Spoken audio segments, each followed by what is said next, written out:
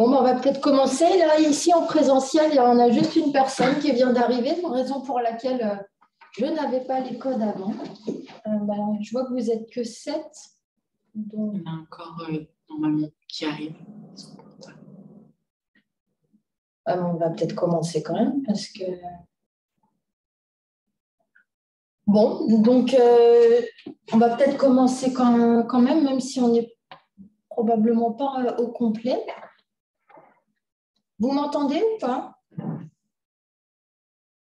Est-ce qu'il y a un chat? Oui, discussion. Oui, on vous entend. Ok, très bien. Ça, je vais masquer. Je vais mettre un plein écran. Bonjour, donc moi je suis Christine Robin, donc je suis hématologue à l'hôpital Henri Mondor. J'avais fait ce qui s'appelait à l'époque le desk de pathologie infectieuse, donc j'étais chef d'infectio également. Et je m'intéresse particulièrement donc, aux infections chez les patients d'hématologie. Et aujourd'hui, je vais vous parler des infections fongiques invasives en hémato, de leur prophylaxie et de leur traitement. Donc, juste pour vous rappeler une petite classification des champignons, il y a 3 types de champignons. Les levures, dont les plus fréquents sont les candidats. Les autres, c'est rare de les rencontrer en hémato. On peut évidemment les rencontrer, hein, mais c'est plus rare. Notamment Saccharomyces, vous en avez déjà probablement entendu parler, c'est ce qu'on trouve dans l'ultra-levure. Il y a eu des cas comme ça, il y a eu un case report qui avait été rapporté de translocation de Saccharomyces du tube digestif vers le sang, d'une fongémie, chez quelqu'un qui prenait de l'ultra-levure. Les dimorphiques qu'on retrouve rarement en France métropolitaine et les principaux champignons qui nous intéressent en hématologie, les filamenteux. Alors, il y a d'un côté les dermatophytes qu'on oublie, hein, ça ne donne pas d'infection grave. Et de l'autre, c'est les moisissures, et c'est eux qui sont principalement responsables des infections en hémato. En France, en Europe en général et aux États-Unis, la moisissure la plus fréquente, c'est l'aspergillus. Mais si vous allez dans d'autres pays, ça peut être différent. Par exemple, si vous allez au Brésil, ils ont beaucoup plus de fusarium que d'aspergillose, par exemple. Si vous allez en Australie, ils ont beaucoup de cédosporiose, peut-être pas autant que d'aspergillose, mais en tout cas, c'est un champignon qui n'est pas rare en Australie. Et puis, donc en France, aspergillus de loin le premier, suivi après du mucor. Alors, juste quelques chiffres pour vous donner un ordre de grandeur. Là, ce diagramme, c'est pour vous montrer qu'effectivement, en Europe, c'est l'aspergillose qui est la plus fréquente. Dans ce registre qui date d'une quinzaine d'années maintenant, vous voyez, sur 73% des infections fongiques étaient en fait des filamenteux. Regardez, il y avait 25% qui étaient des candidats. Et donc, de loin, c'était l'aspergillose qui était le plus fréquent, vous voyez, 59% des cas. Ça, c'est un registre américain. Et vous voyez que chez les Américains, eux, ils avaient un peu plus de candidats. Mais là encore, c'était l'aspergillus qui était le plus fréquent. Alors, attention, c'est un registre qui a été publié en 2017, mais où il y avait quand même, c'est que des allogreffés, 60% d'allogreffes myéloablatifs, ce qui est énorme. Hein. Maintenant, les proportions, c'est plus ça. Mais parce que en fait, ça comporte des greffes qui avaient lieu de 2006 à 2011.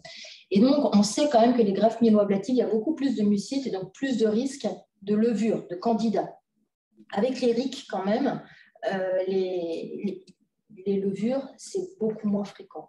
Et donc, vraiment, de plus en plus, le problème, ce n'est pas les levures, c'est vraiment les filamenteux.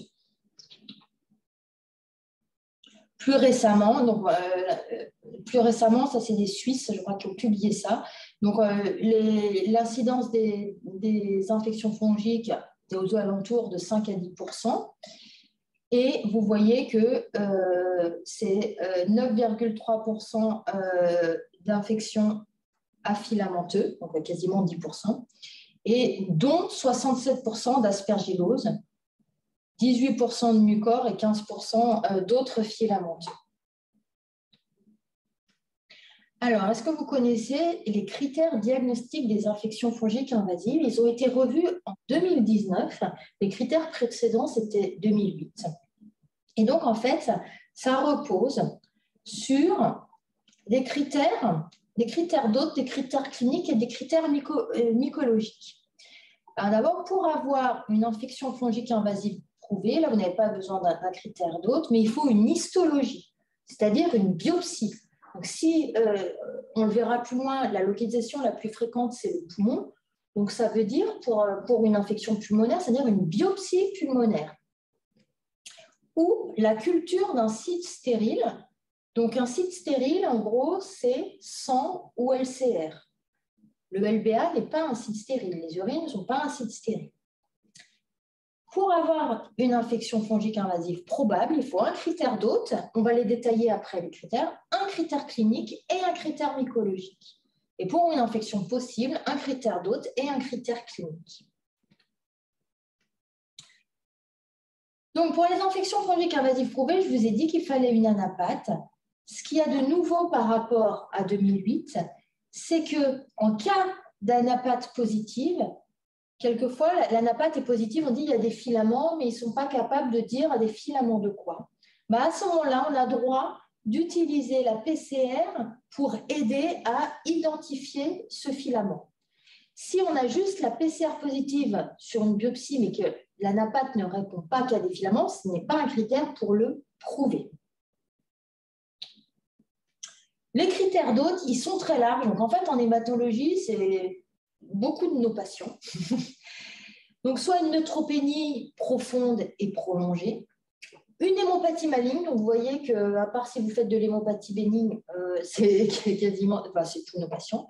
Allogreffe. Et vous voyez qu'à l'allogreffe, ils ne mettent pas de timing après la greffe, ni de critères. Donc, greffe d'organes solides, ça ne nous concerne pas. Corticothérapie. Autre immunosuppresseur T, ça ils en ont rajouté qui n'existait pas avant. Les traitements immunosuppresseurs B, notamment ils ont ajouté donc, les inhibiteurs de BTK et l'ibrutinib. Donc, certains déficits immunitaires constitutionnels, mais à part si vous faites vraiment une surspécialité dans les déficits immunitaires, sinon vous ne les verrez pas. Et puis là, ils ont rajouté GVH aigu, mais enfin bon, c'était compris dans allogreffe. Les critères cliniques, ils s'appellent cliniques, mais en fait, ils sont presque plus radiologiques que cliniques. Donc, en cas d'infection pulmonaire, donc vous avez, et je vais vous montrer des exemples après, nodule pulmonaire plus ou moins signe du halo, signe de croissant gazeux, une cavité ou une condensation. Ça, c'est nouveau par rapport au critère de 2008, l'adjonction de la condensation. Pour les autres filamenteux, c'est la même chose et en plus, il y a le signe du halo inversé. On va en parler plus loin, donc on y revient. Pour les infections qui ne sont pas purement pulmonaires, mais qui sont trachéobronchitiques, il y a également des critères macroscopiques à la fibroscopie, avec la présence d'une ulcération, d'un nodule, d'une pseudomembrane, d'une plaque ou d'un escarre à la fibre. Pour les sinus, la présence d'une douleur localisée, une ulcération nasale avec un escarre noir. Attention, si vous avez un escarre noir, vous vous dépêchez, c'est une urgence. Ou alors des signes d'extension osseuse, ou alors, pour le système nerveux central, des lésions focales à l'imagerie, ou un envahissement méningé visible à l'IRM ou au scanner, c'est-à-dire une prise de contraste méningée. Les critères mycologiques, il y a bien sûr l'examen direct ou la culture, dans les crachats, le LBA, le brosse, l'aspiration bronchique, ou alors dans une aspiration sinusienne. Et pour l'aspergillose, vous avez également des marqueurs indirects, le galactomannan. Bonjour, s'il vous plaît, on ne voit plus l'écran. Ah bon? Oui. Pourtant, je n'ai rien fait. Mais alors, je vais départager et repartager alors. Ah oui, il s'est départagé. Non. Alors, nouveau partage. Ou peut-être essayer de son côté et peut voir. Parce que nous, ça se présente bien, on voit l'écran. Oui, c'est bon maintenant, c'est bon. C'est bon? Ok. Pourtant, je n'avais rien fait. Donc, l'antigène aspergillaire ou galactomanane, pour lequel ils ont changé les seuils par rapport à 2008. Donc là, je vous ai remis les seuils. Soit un galactomanane supérieur à 1, que ce soit dans le sérum, le LBA ou le LCR. Ou alors, si vous avez un galactomanane dans le LBA supérieur à 0,8 et un galactomanane dans le sérum supérieur à 0,7, ça vous donne un critère mycologique également pour une aspergillose, du coup, qui sera, si vous avez un critère, si vous avez également un critère clinique et un critère d'hôte, ça vous donne une aspergillose probable, exactement. Et l'arrivée, depuis les définitions 2019, de la PCR aspergillose, qui ne faisait pas partie des critères 2008. Donc PCR positive, soit 2 fois consécutive dans le sang, ou alors dans le LBA, mais à ce moment-là, on la recontrôle comme positive, mais sur le même LBA. Ou alors, une PCR positive dans le sérum, le sang avec une faute d'orthographe, c'est le sang avec un G, ou le plasma, et une PCR positive dans le LBA. Le bêta-déglucane n'est pas un critère diagnostique. Là, je n'en ai pas parlé dans cette diapo-là, mais j'en parle plus loin. Il y a également la PCR mucor qui fait partie des critères mycologiques. Ah. Alors maintenant, je ne peux plus changer de diapo. Excusez-moi. Mais du coup, le bêta-déglucane, on le fait quand même si on a une... C'est juste que ça ne fait plus partie des critères, mais on peut quand même le faire. Après, moi, je le fais quand même, mais franchement, j'ai plein d'aspergillose avec un bêta-déglucane négatif. C'est pas rare. Donc, moi, je le fais plus pour essayer aussi d'avoir une expérience et de voir. Mais finalement, c'est vrai que ça nous aide rarement. Alors, quelle est la physiopathie de l'aspergillose? En fait, on respire tous les jours, des spores d'aspergillus qui sont dans l'air, en moyenne 2000 par mois. Alors évidemment, ça dépend où vous vivez et les activités que vous faites. Si vous faites beaucoup de bricolage, que vous manipulez beaucoup de poussière, si vous passez l'aspirateur, tout ça, vous allez respirer plus que quelqu'un qui ne va pas avoir ces activités-là. Mais voilà, on en respire tous dans l'air. Sauf qu'il y a plusieurs niveaux de protection. C'est pour ça que vous ne faites pas une aspergillose. Donc déjà, vous avez votre tapis mucociliaire qui va en éliminer au fur et à mesure. Chez nos patients d'hémato, par exemple, la TBI, ça altère beaucoup. Certaines chimios aussi, ça peut altérer le tapis mucociliaire. Les fumeurs, ils ont un tapis mucociliaire qui est altéré également. Donc déjà, il y en a plus qui restent. Une barrière en moins. Après, normalement, on a les macrophages et les cellules épithéliales qui peuvent éliminer les spores et déclencher en plus une immunité adaptative cellulaire. Là encore, chez le patient d'hémato, les macrophages ne vont pas faire ce travail-là. Et donc, les spores vont pouvoir germer. Parce qu'en fait, ce ne sont pas les spores qui sont pathogènes, ce sont les filaments. Et donc, les spores vont germer en filaments qui ont un pouvoir invasif. Et donc là, normalement, là aussi, il y a des sécrétions de cytokines qui vont recruter les polynucléaires. Et les polynucléaires, normalement, sont capables d'éliminer les spores, les filaments, pardon. Donc, macrophages, éliminer les spores, éliminer les filaments. Mais chez un patient neutropénique, du coup, là encore, cette étape-là, elle saute. Ou alors, les patients qui sont sous corticoïdes, les corticoïdes, ils altèrent les fonctions phagocytaires des polynucléaires neutrophiles.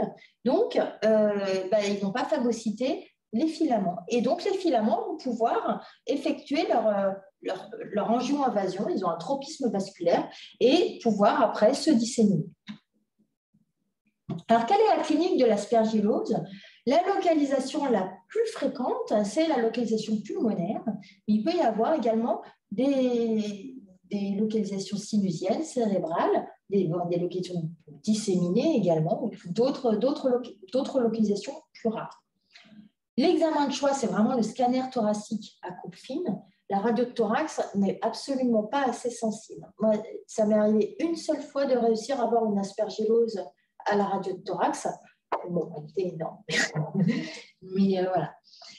Et le TEP est en cours d'évaluation en complément du scanner pour le diagnostic d'extension et de suivi. Mais pour l'instant, c'est encore c'est plus à titre de recherche, mais c'est probablement prometteur. Alors, quelles sont les différentes lésions sur le scanner thoracique? Il y a les nodules, que ce soit les micronodules, moins de 3 mm, ou les macronodules de 3 à 30 mm. Les masses, en fait, c'est des gros nodules, hein, c'est supérieur à 3 cm. Une consolidation, c'est une hypodensité du parenchyme pulmonaire. Un bronchogramme aérien, des lésions en arbre en bourgeon. Le signe du halo, je vais vous montrer ce que c'est un nodule qui va être, ou une masse qui va être entourée de verres dépolis. Le halo inversé, pareil, il y aura des images. C'est l'inverse, en fait, c'est que vous avez un tour en consolidation et à l'intérieur, vous avez du verre dépoli. Les signes qu'ils appellent hypodense, c'est une zone d'hypodensité au sein d'un nodule ou d'une masse. Et le signe du croissant gazeux, c'est une aire en croissant périphérique au sein d'une cavité avec un nodule ou une masse. Je vais vous montrer une image, ça sera beaucoup plus clair. Vous allez voir, ça fait vraiment comme un croissant. Donc, l'aspergillose typique du patient en aplasie, c'est celle-là, c'est-à-dire un signe du halo qui est précoce, entre J0 et J5, mais fugace, c'est-à-dire qu'après J5, il va disparaître, il va évoluer. En fait, c'est un nodule aspergillaire qui va être entouré d'une zone de verre dépoli qui en fait correspond à une extravasation d'exsudat hémorragique périnésionnel. Et en fait, c'est vraiment la forme du neutropénie. En dehors de la neutropénie, c'est très rare. Et en fait, ce signe du halo va évoluer vers la sortie d'aplasie, vers le signe du croissant gazeux. Vous voyez bien ce que je voulais vous dire avec le croissant au sein d'un nodule ou d'une opacité. Et ce signe, il est tardif, J10, J20. Et en fait, ça correspond en fait à la détertion du foyer par les polynucléaires au moment de la sortie d'aplasie. Et c'est très évocateur d'une aspergillose chez les patients d'hématologie. Et c'est quasiment jamais observé en dehors des patients en aplasie. Et donc, vous voyez l'évolution. Au départ, le signe du halo, chez le patient en aplasie, là, je parle vraiment du patient en aplasie. Vous voyez qu'il est très fréquent à J0, puis après, au fur et à mesure de temps, il est de moins en moins fréquent. Parce qu'en fait, il va évoluer vers une consolidation non spécifique, principalement vers J7, vous voyez. Et puis après, ça va évoluer vers le signe du croissant gazeux, plutôt vers J14, au moment de la sortie de l'aplasie. Alors en fait, est-ce qu'il n'y aurait pas plusieurs types d'aspergillose pulmonaire? Probablement que oui, et que la forme que je viens de vous montrer, là, c'est vraiment la forme du patient en aplasie, c'est la forme angio-invasive, et donc qui est plus fréquente dans les leucémies aiguës et chez les patients qui ont une aplasie profonde. Et il y a une autre forme qu'on va appeler aéro-invasive, avec un scanner en arbre en bourgeon, qui est plus fréquent chez les patients qui ne sont pas en aplasie. Donc, typiquement, en hémato, chez les patients allogreffés. Et dans ces formes-là, il y a une plus grande fréquence de la positivité des prélèvements respiratoires. Alors, est-ce qu'il y a un intérêt à faire une endoscopie bronchique avec un LBA? Ben oui. Déjà, la présence de filaments aspergillaires sur une aspiration bronchique, elle n'a pas la même valeur selon qu'il s'agit d'un patient immunodéprimé ou non. C'est-à-dire que si vous avez un patient d'hémato, si vous faites une endoscopie, en général, c'est que vous avez une image pulmonaire. Donc, vous allez avoir également un critère clinique. Je ne sais pas si vous avez déjà fait une fibrobronchique à quelqu'un qui a un scanner normal, ça m'étonnerait. Et donc, si du coup, vous avez des filaments dans le LBA, ça vous donne un critère mycologique et donc vous tombez directement dans l'aspergillose probable. Vous n'avez pas comme pour certains patients, il y a toujours un débat concernant les patients BPCO, des patients de pneumo, muco, etc. Le débat, est-ce que c'est une colonisation, est-ce que c'est… voilà. Chez le patient d'hémato, en fait, vraiment, quand on a de l'aspergillose, l'aspergillose dans une fibro, c'est une aspergillose invasive. Les co-infections sont fréquentes. Après greffe, c'est 50% de co-infections. Et d'où l'intérêt également de la documentation dans le LBA. Et puis, enfin, ça permet d'isoler la souche, de faire un antifongigramme ou alors voire même de la biomol à la recherche de résistance. Tout ça, le galactomanane ne vous le donne pas. Et donc, il y a vraiment un intérêt à faire des fibroscopies bronchiques. Le TEP, initialement, il avait été développé, alors ce n'était pas du tout pour les patients d'hématologie, mais justement pour essayer de distinguer chez d'autres patients des aspergilloses invasives ou non invasives. Alors, en hématologie, ce n'est pas pertinent parce que nous, on n'a que des aspergilloses invasives. Mais du coup, il y a des séries de cas où qui montrent que la réponse métabolique après le traitement antifongique pourrait avoir un intérêt. Et donc, il y a une étude optifile. Alors, j'ai mis en cours, en fait, les inclusions étaient finies, mais elle n'est pas encore publiée, pour voir l'intérêt du TEP scan dans le diagnostic, dans le bilan d'extension au moment du diagnostic. Et puis après, dans le suivi, il y en avait un à 6 semaines et un à 12 semaines pour essayer. En fait, l'idée, ça serait d'essayer de voir si, quelquefois, quand il reste une image, si l'image ne fixe plus au TEP, est-ce que voilà, ça pourrait être un critère ou pas pour dire que l'infection n'est plus active. Mais pour l'instant, c'est de la recherche. Mais sachez que voilà, probablement que dans l'avenir, on se guidera sur le TEP. Quel est le traitement? Vous le savez tous. Le traitement, c'est le voriconazole, et ça depuis 2002.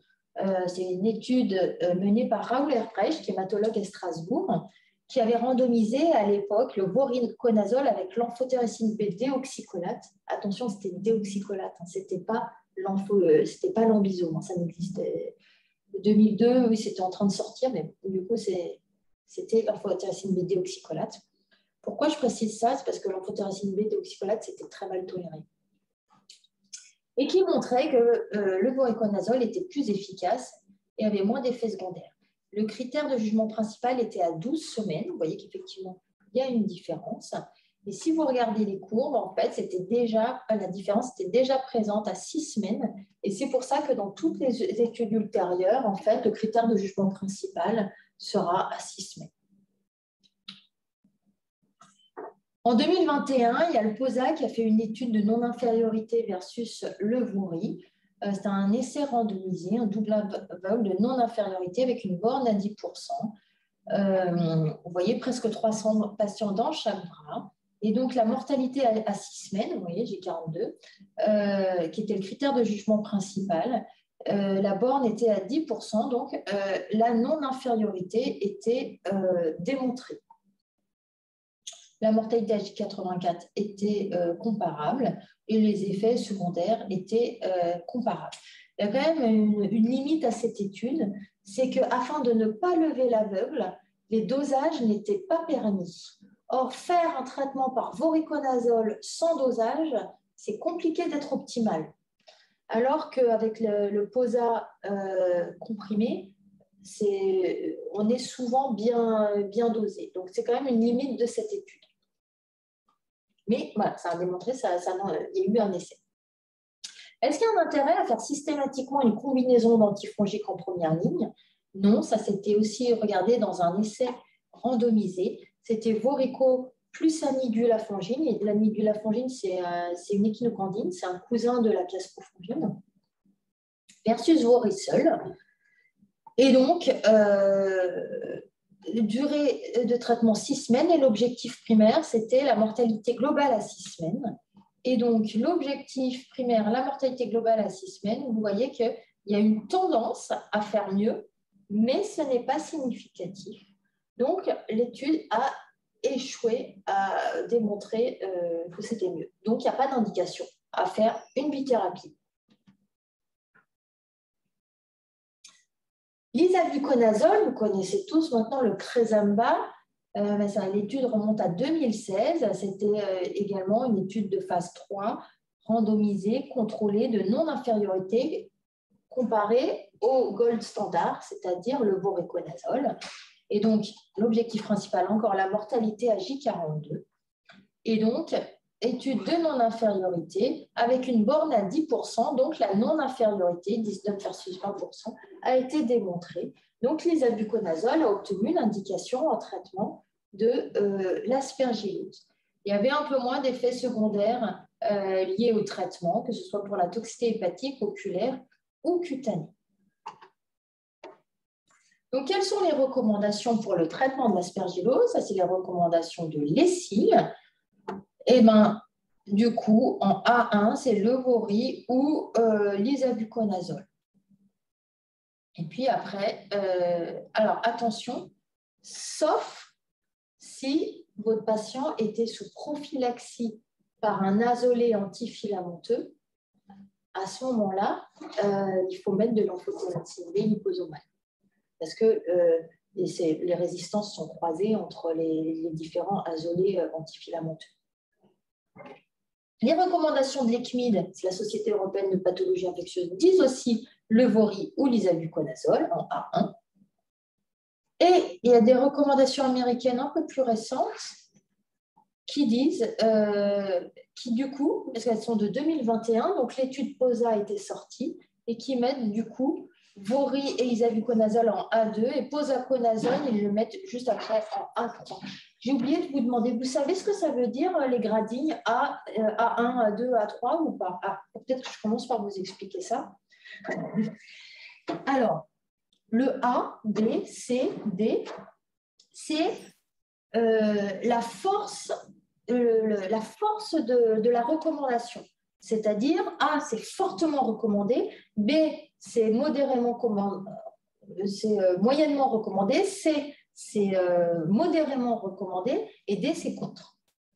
Et le 1, 2, 3, c'est le niveau de la preuve. C'est-à-dire, 1, ça veut dire que vraiment, c'est essai randomisé, contrôlé, que vraiment, il n'y a pas de doute, ou alors une énorme méta-analyse bien faite. 2, ça va être des études rétrospectives. Et 3, ça va être avis d'experts. Donc là, ils ont mis... alors, du coup, je ne comprends pas pourquoi là, ils ont mis A3, parce que là, ce n'est pas avis d'experts, parce qu'il y a eu une étude quand même, mais ils ont dû considérer qu'effectivement, il y avait quand même un gros biais dans cette étude, parce qu'on ne peut pas faire c'est une non-infériorité, mais on ne pouvait pas faire correctement le traitement de référence. Je pense que c'est pour ça qu'ils ont mis un 3.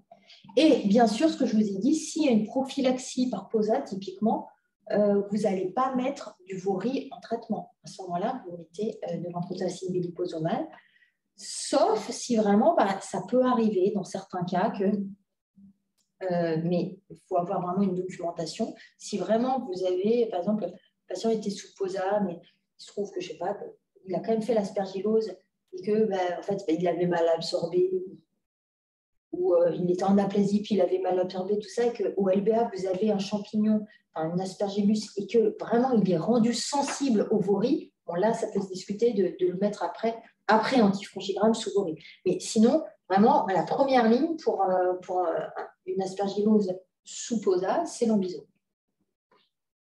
La durée du traitement, c'est 6 à 12 semaines, pour une résolution des signes cliniques, une récupération de l'immunité. En fait, en hémato, c'est souvent intriqué avec des indications de prophylaxie secondaire. Parce que finalement, la prophylaxie secondaire, c'est une fois que vous avez traité votre aspergillose, tant que le patient a son immunosuppression, vous allez continuer le traitement. Donc finalement, les durées sont souvent en rallonge, parce qu'en fait, ce n'est pas réellement des durées de traitement, c'est des prophylaxies secondaires qui suivent le traitement curatif. Est-ce que c'est clair ou pas? Et il y aura probablement des études sur l'intérêt du TEP pour adapter la durée de traitement à la réponse métabolique ou pas. Mais ça, pour l'instant, c'est de la recherche. Prophylaxie, oui, donc c'est pour vous dire que la prophylaxie secondaire, c'est même dans les recommandations d'ECMID, il faut faire des prophylaxies secondaires. Les mesures associées, quand on peut diminuer l'immunosuppression, enfin, c'est plus facile à dire qu'à faire, hein, parce que typiquement, un patient qui a une GVH, il faut aussi qu'on contrôle la GVH. Un patient qui est en aplasie, on peut éventuellement dire qu'on peut essayer de décourter un peu la neutropénie avec du GCSF, mais ça va écourter de 2-3 jours, mais ça ne va pas le faire sortir de l'aplasie. Alors, dans les recommandations, ils disent transfusion de granuleux, attention, en fait, ça se fait quasiment jamais. Déjà, il faut savoir que pour le poumon, c'est toxique. Hein. Faire sur une infection pulmonaire des granuleux, en gros, on ne le fait jamais. En gros, les seules indications qui restent, c'est des indications qui sont exceptionnelles. Et en gros, c'est les cellulites périnéales où ça se discute. Et sur les infections pulmonaires, c'est vraiment dangereux de faire des granuleux. Même des fois, le GCSF, c'est dangereux, c'est dire. Et la place de la chirurgie, pour les si la maladie est localisée, notamment sinusite, orbite, cutanée, pour les endocardites, éventuellement pour certaines lésions focales du SNC, l'ostéomyélite, ou alors au niveau pulmonaire, s'il y a un risque vasculaire.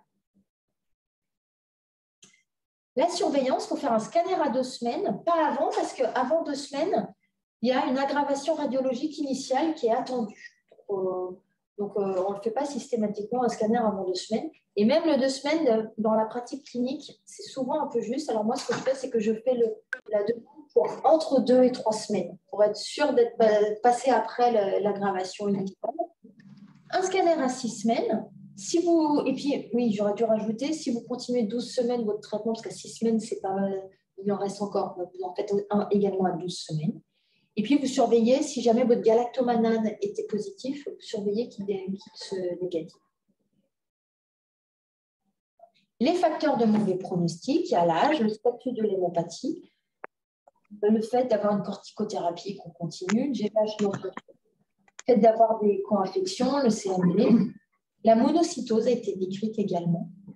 La durée de la neutropénie, plus le patient va rester longtemps en aplasie, moins c'est bon. Le fait d'avoir une insuffisance rénale, le fait d'avoir une aspergillose disséminée, le fait d'avoir plusieurs lésions pulmonaires. Pour les aspergilloses pulmonaires, le fait d'avoir un épanchement pleural. L'atteinte du SNC également, de mauvais pronostics. Le fait d'avoir une culture positive par rapport à juste un galactomanane, ou alors d'avoir plusieurs galactomananes positifs dans plus de 2 sérums, c'est aussi de moins bon pronostic. L'aspergillus tyreus, le fait d'avoir une résistance, ou un traitement initial sans... Alors, mettez Vori à l'époque, parce que c'est une étude qui remonte un petit peu. Donc, voilà pour les aspergilloses. On va passer au mucor. Vous avez des questions sur l'aspergillose? Non. Donc, vous savez ce que c'est, ça, comme image? Oui, il y en a dans le groupe de discussion, s'il vous plaît. Comment? Je pense qu'il y a des questions. Ah, il y a des questions dans la discussion. Le problème, c'est qu'en fait, si on ne me le dit pas, je ne peux pas deviner parce que je ne vois pas les discussions en même temps. On ne voit pas plus l'écran. Moi, je vois. Chez le patient en aplasie, quand on doit rechercher... Voilà, il y a ça qui est... Ah, pourquoi il est là? Chez le patient en aplasie, quand on doit rechercher une aspergillose, on se base seulement sur la clinique pour rechercher. Y a-t-il des indications à des antifongiques en mixte? C'est quoi en mixte? Systématique pour prévention. En mixte magique? Systématique. Ah, en systématique. Y a-t-il des indications à des antifongiques en systématique magique? Oui, mais ça, c'est la suite du cours, donc on va peut-être y répondre après, parce que justement, c'est les différentes stratégies. Le cours y répond après. Quels sont les bilans biologiques à demander dans l'aspergillose invasive? Du coup, vous faites votre galactomanane dans le sang. Vous pouvez faire également la PCR aspergillose dans le sang. Vous pouvez faire un bêta-glucane, même si ce n'est pas spécifique de l'aspergillose.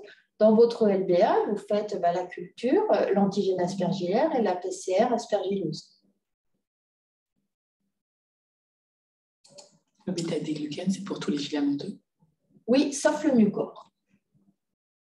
En gros, c'est panfongique, sauf mucor et cryptocoque. Donc, ça, vous savez ce que c'est? C'est en Saint-Nectaire. Et en fait, le champignon noir qu'on voit dessus, c'est du mucor. C'est mon fromager qui m'a appris ça. Il a fait un DU de mycologie fromagère. Et apparemment, c'est un signe de bonne qualité du sang. Juste pour la petite histoire. Ah zut, alors je ne peux plus. Voilà, et ça, encore, un sein de nectar, regardez, avec des colorations. Vous voyez, il y a du pénicillium et du mucor.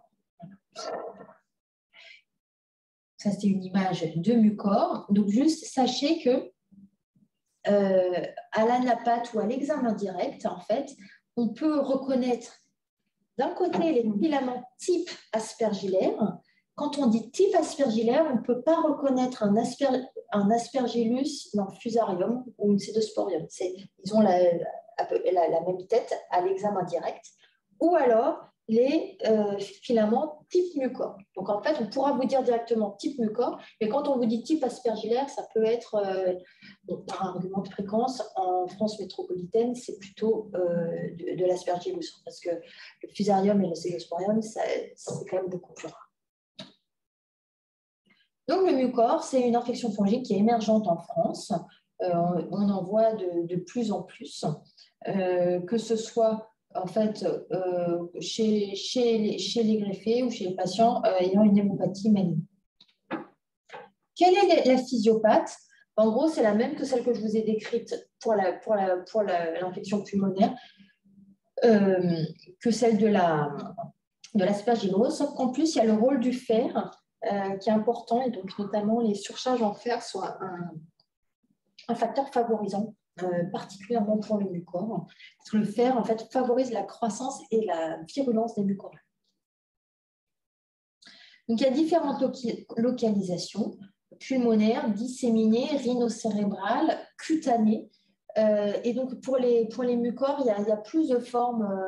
Donc là, on verra le diapo d'après que pulmonaire, c'est le plus fréquent en hémato, alors que par exemple, chez les diabétiques, ça va être plutôt rhinocérébral, mais quand même, par rapport à l'aspergillose, il y a plus de formes sinusiennes qu'une aspergillose, et plus de formes cutanées et de formes disséminées. C'est une infection qui est très nécrosante, très délabrante, très rapidement évolutive. Et donc, c'est une extrême urgence thérapeutique. Et la thérapeutique, elle est médico-chirurgicale. Et vraiment, c'est une urgence. Donc, tout à l'heure, quand on disait une croûte noirâtre dans le nez, pour penser mucor, et l'ORL, ce n'est pas dans 3 jours, hein, c'est tout de suite. Hein, pour voir le mucor, il faut y aller.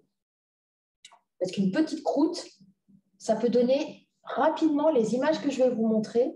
Alors attention, il faut avoir le cœur accroché, mais c'est pour vous faire comprendre que c'est une urgence. Le choc des images. Donc ça, c'est des images de la littérature. Vous voyez, c'est très nécrosant. Hein. Ça a commencé par une petite croûte dans le nez. Hein. Et vous voyez, c'est très délabrant. C'est avec des extensions osseuses. Voilà, et ça va très vite. Et ça, c'est une patiente du service. On a dû lui enlever l'œil. Vous voyez, et ça va très vite. Donc voilà, le choc des images, pour vous faire comprendre, c'est une urgence. J'espère que le message sera passé. Ça aussi, c'est un patient du service. L'histoire, pour la petite histoire, c'est un patient, c'est pendant le Covid. D'un coup, il se sent un peu fébrile, tout ça. Il se dit, zut, j'ai pas de thermomètre, je vais aller chez une amie qui habite juste de l'autre côté du parc, là, pour aller voir si elle n'a pas un thermomètre à me prêter. Donc, il traverse le parc, et là, il fait un malaise dans le parc, et il fait le malaise à l'emporte-pièce, il tombe comme ça, à plat ventre. Il se fait des plaies, il est ramassé par les pompiers, il est amené aux urgences. Aux urgences, en fait, il a une leucémie aiguë hyperleucocytaire, il a fait un malaise sur l'hyperviscosité, il était hyperleucocytaire. Vraiment, ouais. Et en fait, il s'est fait, ça c'était du mucor, et en fait, c'est probablement en tombant à plat ventre dans le parc municipal, dans les plantes, en fait, il s'est contaminé à mucor, et après, ça a disséminé. Le patient, il est mort d'une mucormycose disséminée. Donc, pour les formes pulmonaires, je vous ai parlé tout à l'heure du signe du halo inversé. Donc là, c'est une image pour vous montrer ce que c'est. Je vous avais dit, en fait, c'est une condensation au bord avec du verre dépoli au centre. Vous voyez? Et donc, ça, c'est pour vous montrer, ça, c'est l'étude qui a décrit le halo inversé. Et c'est pour vous faire comprendre que c'est évocateur de mucor, mais que ce n'est pas spécifique de mucor. Je m'explique. Ils ont repris des patients qui avaient des infections fongiques invasives prouvées ou probables pulmonaires. Vous voyez, c'est une majorité d'aspergillose, 132 aspergillose, 37 mucor et 20 fusariose. Et le signe du halo inversé, RHS, c'est Reversed Halo Sign. Il était présent chez 8 patients, donc c'était que 4% des patients. Et en fait, parmi ces 8 patients, c'était 7 mucor et une aspergillose. Donc c'est vrai que ça évoque quand même le mucor, mais ça peut quand même être une aspergillose. Mais inversement, le signe du halo inversé était présent chez 19% des mucors. Vous voyez, tous les mucors n'ont pas un signe du halo inversé. Mais il était beaucoup plus rare, c'était moins de 1% des aspergilloses. Il n'y avait qu'une aspergillose sur 132, ce qui fait moins de 1%. Et il n'était jamais présent dans la fusariose. Donc, pour vous dire que le signe du halo inversé, ça évoque le mucor, mais ce n'est pas du 100%, ce n'est pas pathognomonique. Et le signe du halo inversé, c'est comme le signe du halo, c'est un signe précoce et fugace. Et après, en fait, il va évoluer. Vous voyez qu'après, à J15, il est quasiment plus présent. Donc ça, c'est différentes imageries de mucor pour vous montrer. Donc ça, c'est un signe du halo. Ça, c'est un signe du halo inversé. Ça, c'est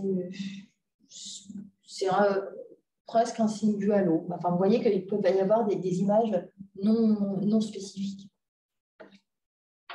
Donc, la PCR mucor a été développée par Laurence Millon à Besançon. Donc, au départ, en 2012, elle l'a décrite chez 10 patients. Et en fait, c'était assez prometteur parce qu'en fait, pour 9 des 10 patients, elle était positive avant la confirmation diagnostique. Parce qu'il faut savoir que le mucor, avant, c'était compliqué parce qu'on n'avait aucun marqueur. En fait, il n'y avait que l'examen direct et la culture ou la napate. Mais donc, du coup, c'était assez compliqué. Et puis, elle a fait une étude rétrospective, puis une étude prospective pour montrer l'intérêt de cette PCR. Et donc, effectivement, cette PCR a 2 intérêts. Un, elle est positive avant les autres signes, donc c'est assez précoce. Et 2, elle a un impact, enfin, sa négativation reflète le pronostic, c'est-à-dire que les patients qui négativent leur PCR, qui étaient positifs au départ et puis négatifs, eh ben, ont une meilleure survie que les patients qui gardent une PCR positive. Et puis, du coup, cette PCR a été développée dans le LBA également, parce qu'au départ, c'était dans le sang, donc elle a été développée dans le LBA, et puis sur tissu. Donc maintenant, vous pouvez faire des PCR donc dans le sang, dans les liquides biologiques et sur tissu. Alors, la mortalité de la mucormycose, c'est très important. Alors, en fait, ça dépend, les chiffres, suivant les études, sont très variables, 36 à 91%. Du coup, la mucor, c'est encore plus mortel chez les patients d'hémato par rapport à d'autres populations qui font du mucor, notamment les diabétiques ou les grands traumas. Et la mortalité est très importante pour les formes disséminées. Pour les formes disséminées, c'est quasiment 80%. Parmi les patients d'hématologie, les patients neutropéniques ou les greffés aussi ont une mortalité supérieure. Il y a probablement certaines espèces également qui seraient plus graves que d'autres et qui seraient notamment peut-être plus associées à des formes disséminées. Et puis, si vous êtes obligé d'aller en réa, c'est plus grave aussi.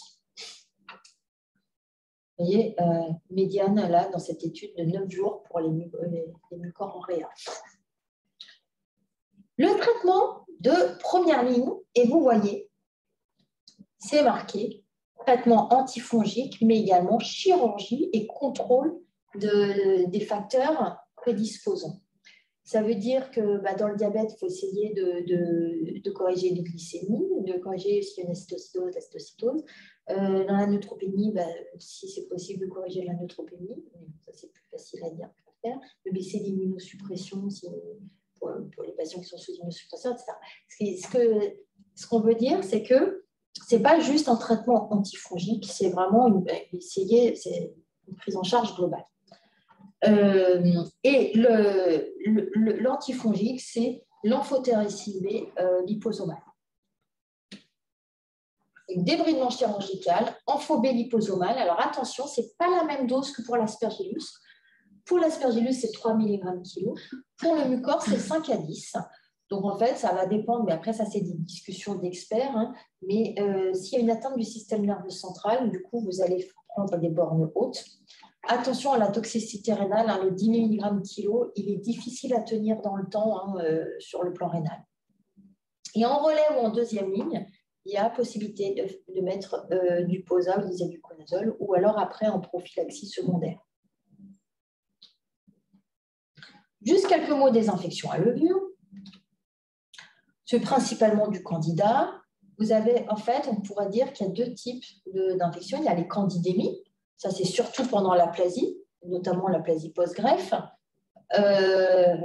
avec une proportion plus importante par rapport de candida tropicalis cruzei au kéfir par rapport aux patients non némato.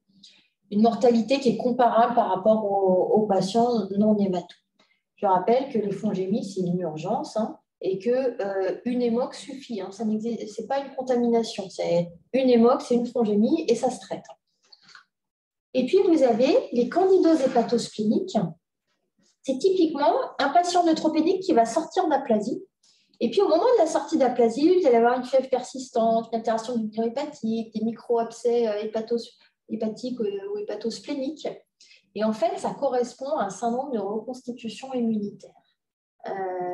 Et du coup, le diagnostic, il est souvent difficile. C'est souvent sur un faisceau d'arguments. Et on a quelquefois, des fois, on a l'absence de preuves microbiologiques.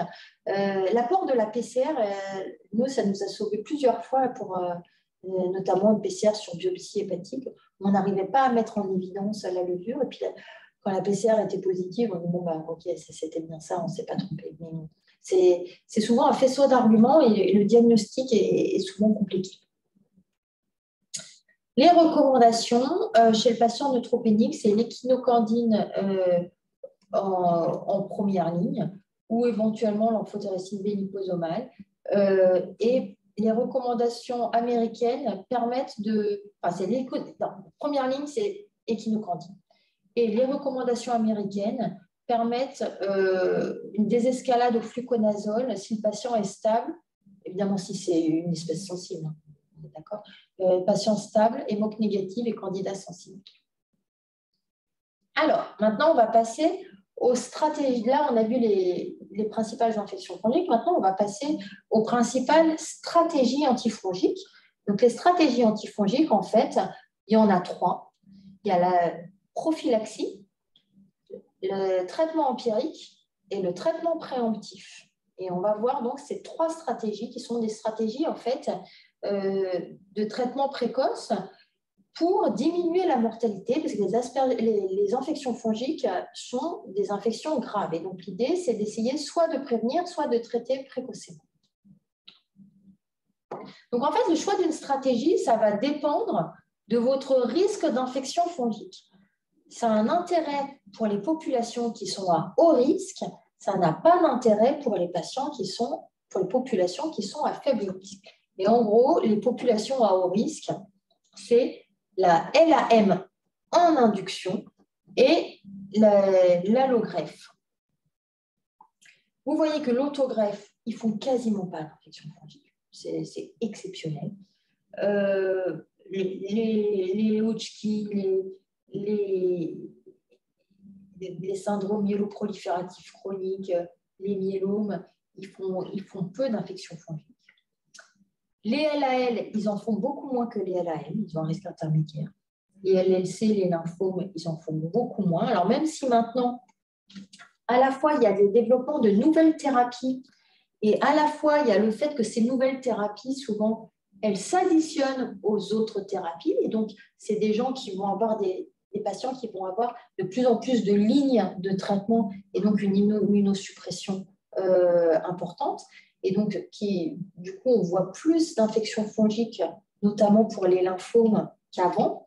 Néanmoins, le risque individuel reste inférieur aux LAM et aux allogreffes. C'est des nouvelles populations dans le sens où où en fait, le lymphome, c'est beaucoup plus fréquent que la leucémie aiguë. Et donc, et ça, je crois que je vous le mets dans une... Ouais, je vous le mets dans la diapo, donc je vous réexpliquerai ça après. Alors, au cours des aplasies, le risque, il est uniquement pour les aplasies prolongées. Parce qu'en fait, avant J10, le risque, il est uniquement bactérien. Et puis, à partir de J7, J10, le risque, il est bactérien et fongique. Et donc, pour les aplasies, en fait, ça va concerner que les aplasies longues et profondes, c'est-à-dire les inductions principalement les inductions de leucémie, les consos quasiment pas, allogreffe ou aplasie médulaire idiopathique. Et les autres ne sont pas à risque d'infection fongique. Donc ça, c'est pour vous illustrer ce que je voulais vous dire avec les nouvelles thérapies. C'est qu'en fait, là, si on prend un registre d'aspergillose, ça, c'est un registre français d'aspergillose, vous voyez que 76% des patients sont des patients d'hématologie. Et quand vous regardez au sein des patients d'hématologie, bon, il y avait 35% c'était des leucémies aiguës, dont 22% de l'AM. Donc, quand même, pour les LAM, c'est plus à risque. Les allogreffés, 21%. Et puis les hémopathies lymphoïdes, vous allez me dire, mais vous avez dit qu'ils sont moins à risque, mais il y en a autant que des allogreffés. Mais oui, mais c'est parce qu'en fait, il y a beaucoup plus de patients qui ont un lymphome que de patients allogreffés par an en France. Et donc, du coup, si vous regardez les aspergilloses, au final, vous allez avoir autant de patients lymphomateux que de patients allogreffés. Mais en risque individuel, un patient allogreffé est beaucoup plus à risque qu'un patient qui a un lymphome. Alors, ce diagramme, il est ancien, mais en fait, il est toujours vrai. C'est encore Raoul Arbrecht. Raoul Arbrecht, c'est monsieur Aspergillus. Et donc, vous voyez dans les hauts risques, il y a tout en haut les allogreffes avec GVH, les inductions de LAM ou de myélodysplasie, parce que vous le traitez comme une LAM, donc les inductions. Après, à haut risque, les allogreffes sans GVH, qui sont un peu moins à risque avec GVH. Les LAM conso après. Et puis après, risque inférieur, intermédiaire, les LAL, la LLC, les SMD, les lymphomes non hodgkiniens, et puis en faible risque, les autogreffes, et puis le reste, ce n'est pas de l'hématome. Donc voilà, les populations à risque. Alors, quels sont les facteurs de risque des aspergilloses? Et ça, j'aurais dû le mettre dans le chapitre aspergillose plutôt que de le mettre là. Comment ça se fait que... Oui, c'est pas grave, j'en parle maintenant. C'est vrai que je devrais déplacer cette diapo et la remettre. En fait, il va y avoir plusieurs types de facteurs de risque. Il y a, on l'a vu, le facteur d'hôte primaire, c'est-à-dire l'hémopathie ou la greffe, la condition sous-jacente. Et puis, des facteurs qui vont être liés à ça. Donc, est-ce qu'au sein de ces conditions, il y a une neutropénie, il y a une hémopathie en progression, donc non en rémission? Est-ce qu'il y a une GVH? Est-ce qu'il y a des immunosuppresseurs? C'est-à-dire qu'un patient allogreffé, et ça je crois que je vous mets une diapo après, en gros, les deux périodes à risque, c'est la période d'aplasie et la période de la GVH. En dehors, il reste à risque, mais beaucoup moins. Il y a des facteurs autres qui peuvent s'ajouter, notamment on avait vu la surcharge en fer, il y a également le diabète. S'il y a un traumatisme, on l'a vu pour mon patient qui a traversé le parc, là, l'acidose métabolique, avoir une maladie respiratoire sous-jacente. Pourquoi? Parce que du coup, en général, ces patients-là, ils ont une clairance par le tapis mucociliaire qui est altérée. Il y a des facteurs environnementaux, le climat. Ça a été décrit par une étude américaine qui avait regardé à Seattle et à Houston. En fait, ils ont vu qu'à Seattle, il y avait plus d'aspergillose chez les patients greffés en été, alors qu'à Houston, c'était constant. Donc, ils ont fait des relevés de température et de précipitation et des prélèvements d'air aux différents moments. Et en fait, le truc, c'est qu'à Seattle, l'été, il fait chaud et sec, et l'hiver, il fait froid et humide. Et du coup, l'été, il y a beaucoup plus de spores en suspension que l'hiver. Alors qu'à Houston, il faisait tout le temps chaud et sec. Et donc, effectivement, le climat peut avoir un impact. Les travaux, on sait tous que quand il y a des travaux à côté dans un service d'hémato, c'est un facteur de risque. On sait également, il y a ça et des études qui ont montré que le fait d'arroser les travaux, eh ben, ça permet de diminuer les spores en suspension. Le tabac, on en a parlé, altération du les épices, parce que c'est des poussières et du coup, il peut y avoir de l'aspergillose. Le jardinage, et puis le fait d'être hospitalisé pas dans une chambre stérile. Mais il y a également des facteurs génétiques qui sont décrits. Les polymorphismes, à la fois dans des toll-like récepteurs, dans des récepteurs des lectines C, dans certaines cytokines. Et puis, il y a également le polymorphisme, je ne sais plus si je vous l'ai mis ou si je l'ai enlevé cette diapo, dans un PRP qui s'appelle PTX3, qui, en fait, normalement, PTX3, c'est un rôle non redondant, ça c'est important, et ça favorise, en fait, la phagocytose des aspergillus. Et quand il y a des polymorphismes qui ont été décrits qui du coup, favorisent l'aspergillose. Donc ça, je vous en ai parlé. Pour le patient allogreffé, le risque, il est au moment de l'aplasie, au moment de la GVH. Après allogreffe, quels sont les autres facteurs de risque? Le fait d'être greffé blastique, ça, c'est un gros risque. Les greffes de cordon, mais ça, maintenant, vous, votre génération, vous n'en verrez plus, maintenant qu'il y a les greffes à flot. Les greffes à flot, contrairement à ce qu'on pense, ce n'est pas plus un risque d'infection fongique, c'est plus un risque d'infection virale, mais au niveau fongique, c'est quasiment pareil. D'autres facteurs, ils remettent la GVH pour être sûr que... Ah non, ils n'avaient pas mis. Le fait d'avoir fait une infection avant greffe, ça c'est un facteur de risque d'en faire une après, l'indication d'une prophylaxie secondaire. Alors là, j'avais mis ça, il faudrait que je change. Les anciennes études disaient qu'il fallait 6 semaines de traitement antifongique avant de pouvoir greffer. En fait, maintenant, il y a une étude plus récente qui a montré que si il y a au moins un début de réponse, donc une réponse partielle, on peut y aller. Il ne faut pas que l'infection fongique soit en pleine explosion, mais que si on a commencé à contrôler les choses, on peut y aller. Les facteurs post-greffe, il y a la GVH, c'est vraiment le facteur majeur. Le fait d'être de nouveau en aplasie après, et notamment après les rechutes post-greffe, c'est majeur comme facteur de risque. Alors, est-ce que le conditionnement joue? En fait, contrairement à ce qu'on peut penser, les conditionnements atténués ne donnent pas moins d'aspergillose. Au départ, ils avaient pensé que oui, mais en fait, c'est juste qu'elles sont décalées dans le temps. Et qu'après allogreffe à conditionnement atténué, les infections, elles ne sont pas moins fréquentes. C'est vrai pour le viral également. Pour le viral et pour le fongique, ce n'est pas moins fréquent, mais c'est décalé dans le temps. Alors, ça, c'est les 4 stratégies. Donc, la prophylaxie, c'est que vous allez traiter tous les patients à risque pour éviter de faire une infection fongique. Donc, par exemple, si je prends par exemple toutes vos inductions de LAM, vous allez les mettre sous Posar. Le traitement empirique, c'est que pour la période d'aplasie. C'est un patient qui va avoir une fièvre qui va résister aux antibiotiques, qui va revenir. À ce moment-là, vous allez dégainer un antifongique.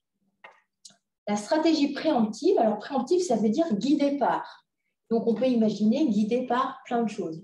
Les stratégies préemptives qui ont vraiment été étudiées, c'est celle qui est guidée par l'antigène aspergillaire et le scanner.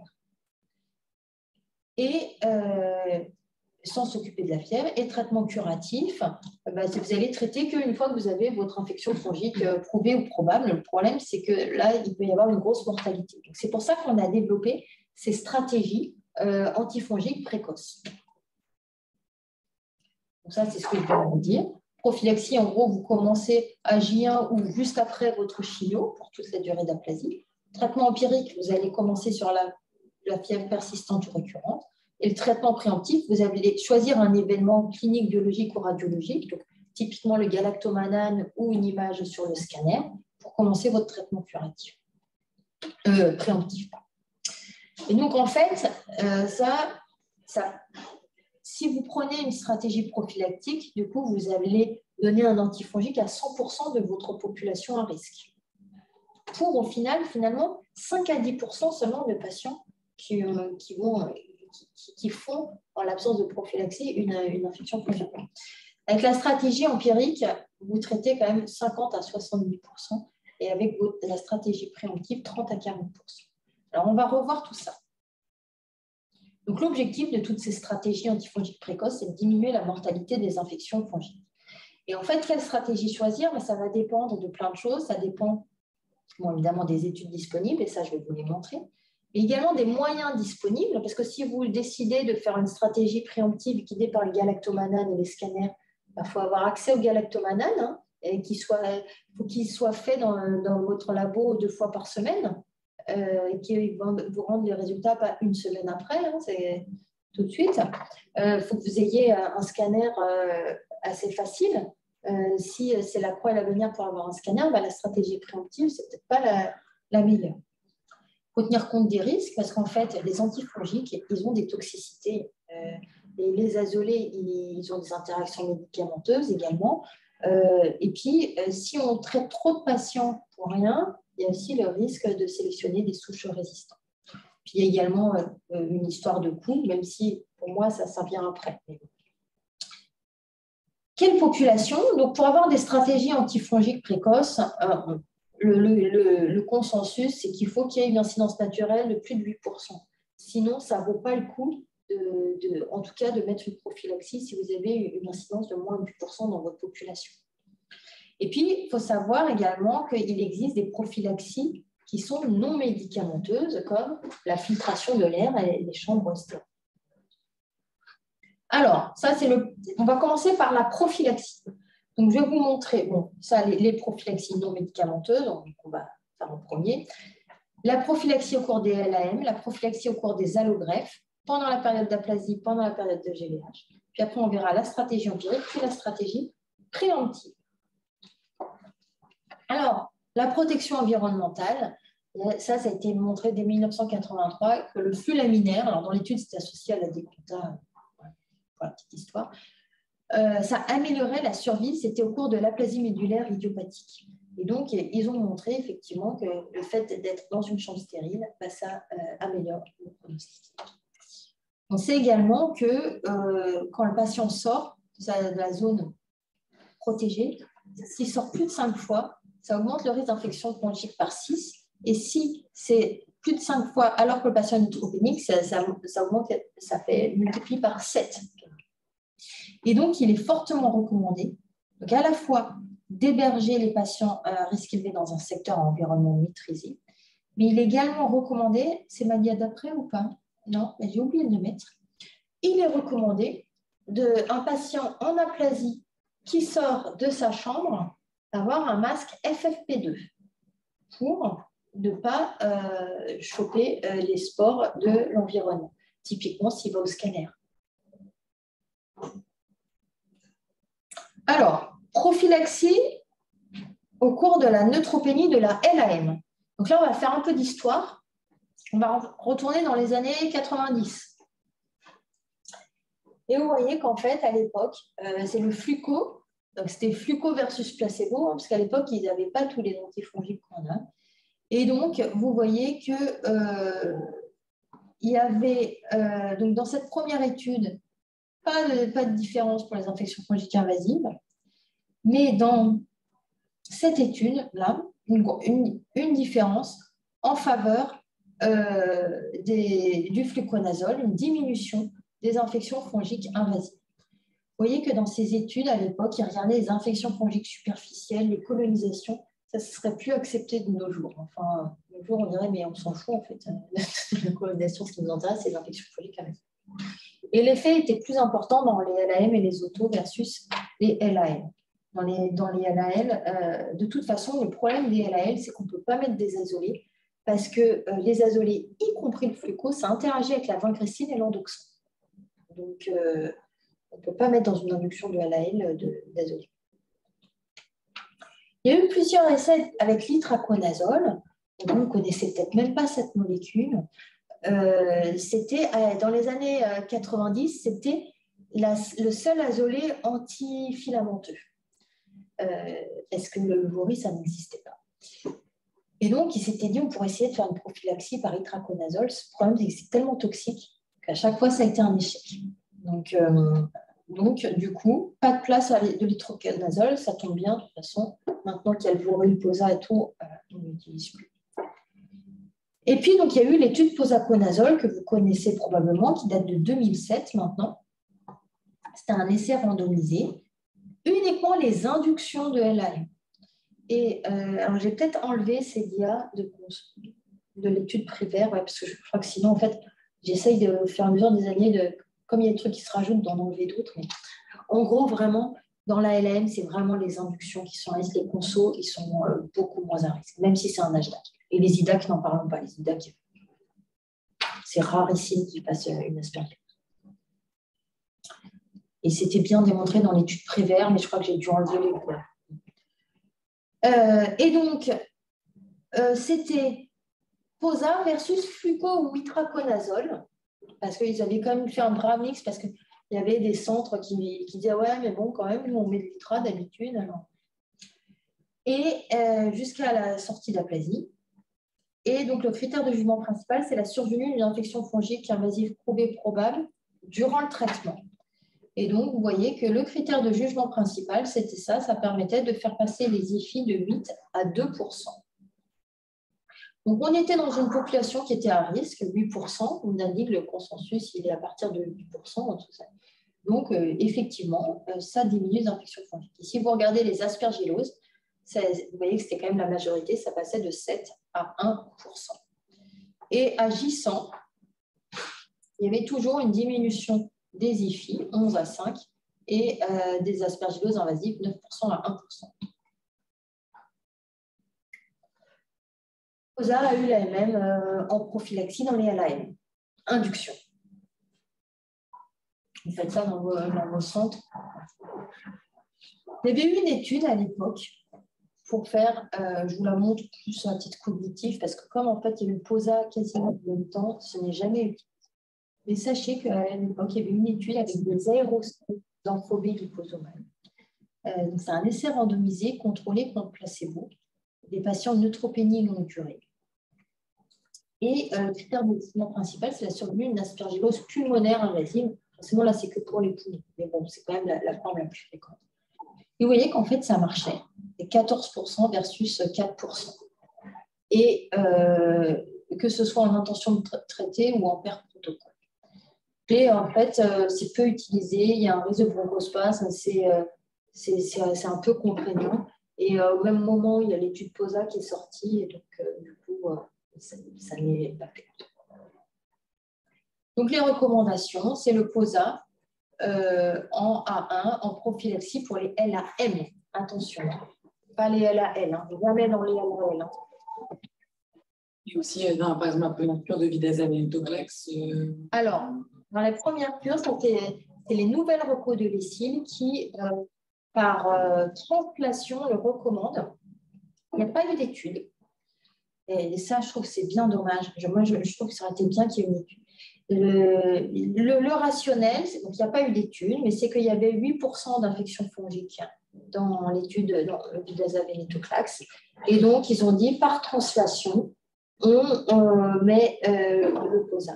Moi, je trouve que ça aurait été intéressant de faire une étude parce que comme il y a quand même des interactions, je trouve qu'il y aurait eu des trucs à creuser.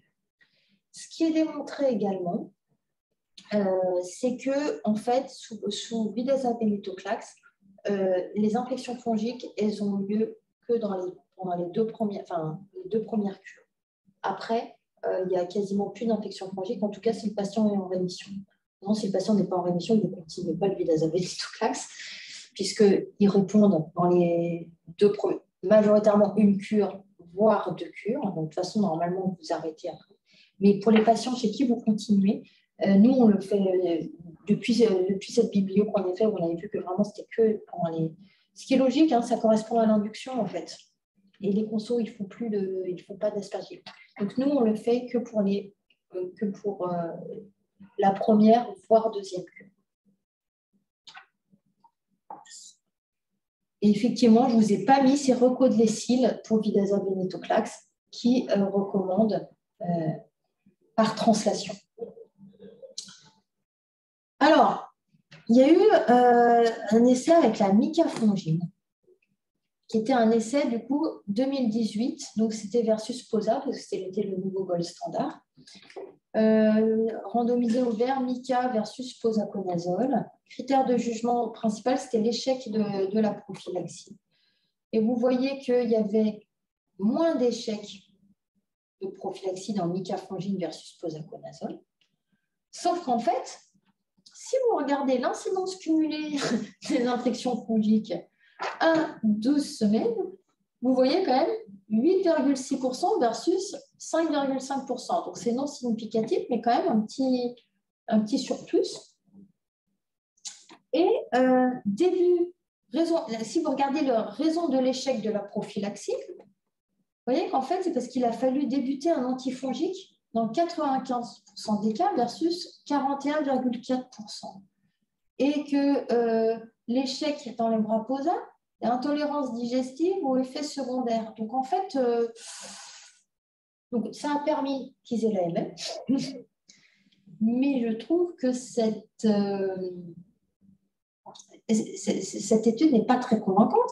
On a 8% d'infections fongiques, ce qui est autant que, on dit à partir de 8%, il faut mettre une prophylaxie. Il y a une indication éventuellement à chercher des stratégies précoces, voir la prophylaxie. Et sous prophylaxie, on a 8%.